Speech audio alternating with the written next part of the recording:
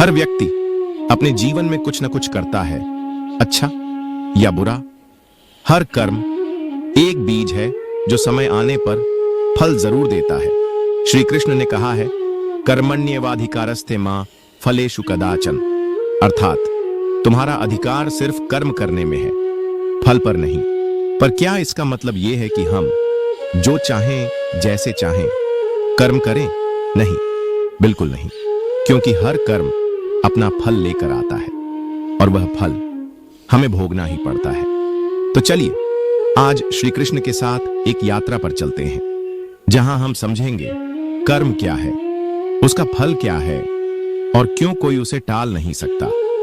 आप देख रहे हैं it's KR Universe YouTube channel, और ऐसे ही वीडियोस देखने के लिए आप हमारे चैनल को सब्सक्राइब जरूर करें।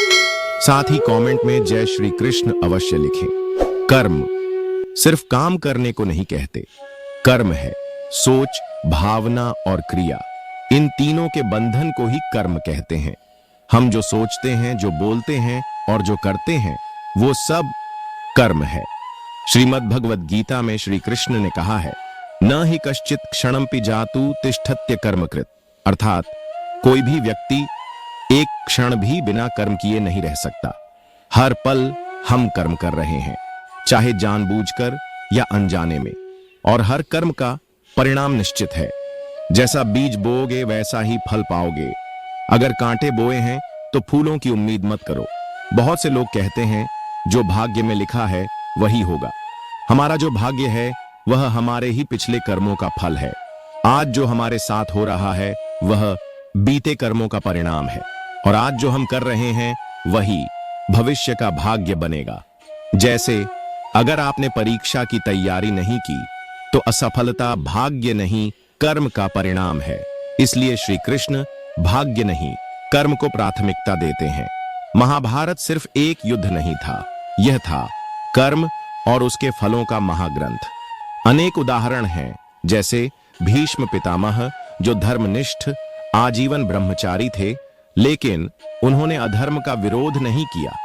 उनका परिणाम यह हुआ कि वो शरशैया पर पड़े रहे, मुक्ति के लिए तड़पते रहे। दूसरा, द्रौपदी का चीरहरण, सभा में जब उसका अपमान हुआ ज्यादातर लोग चुप रहे।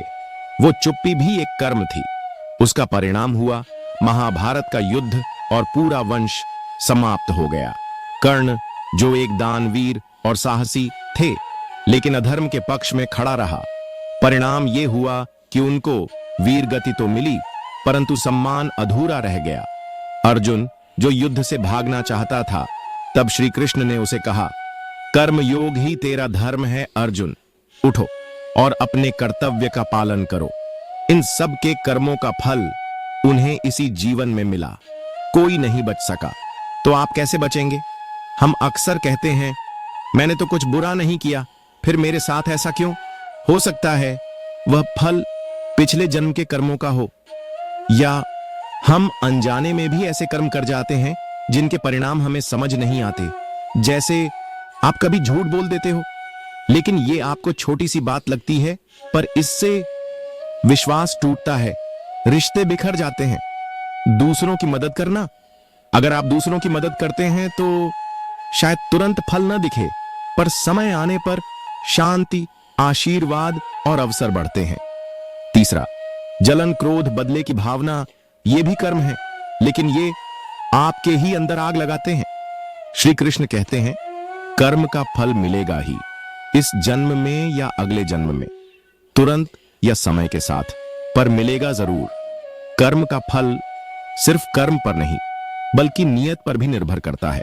श्री कृष्ण कहते हैं, यथा कर्म तथैव फलम, अर्थात जैसा कर्म वैसा फल। अगर नियत अच्छी हो तो वह पीड़ा भी पथ प्रदर्शक बन जाती है। किसी की मदद सिर्फ दिखावे के लिए मत करना, क्योंकि ऐसा कर्म आपको अंदर से संतुष्टि नहीं देगा।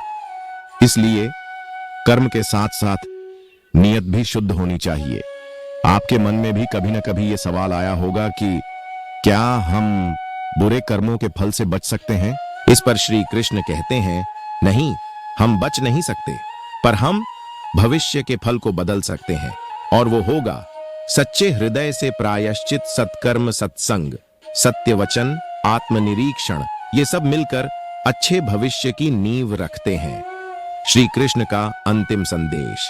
श्री कृष्ण कहते हैं, स्वधर्मे निधनम श्रेयः परधर्मो भयावह, अर्थात अपने धर्म में मरना भी श्रेष्ठ है, पराये धर्म का पालन डरावना है।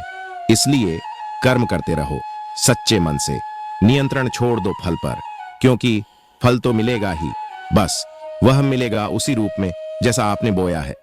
जीवन में कोई भी कर्म व्यर्थ नहीं जाता।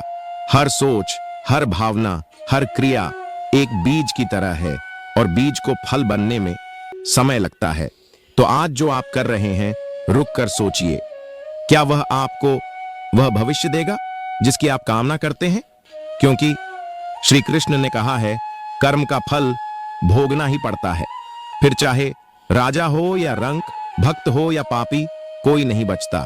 सोचिए मत कि दुनिया क्या कहेगी, सोचिए श्री कृष्ण क्या कहेंगे।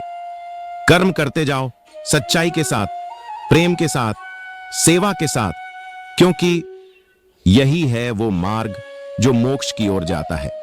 दोस्तों, अगर आप सभी को वीडियो अच्छी लगी है तो वीडियो को एक लाइक करें और कमेंट में अपनी प्रतिक्रिया अवश्य दें। मिलते हैं और एक मोटिवेशन वीडियो के साथ। तब तक के लिए जय श्री कृष्णा।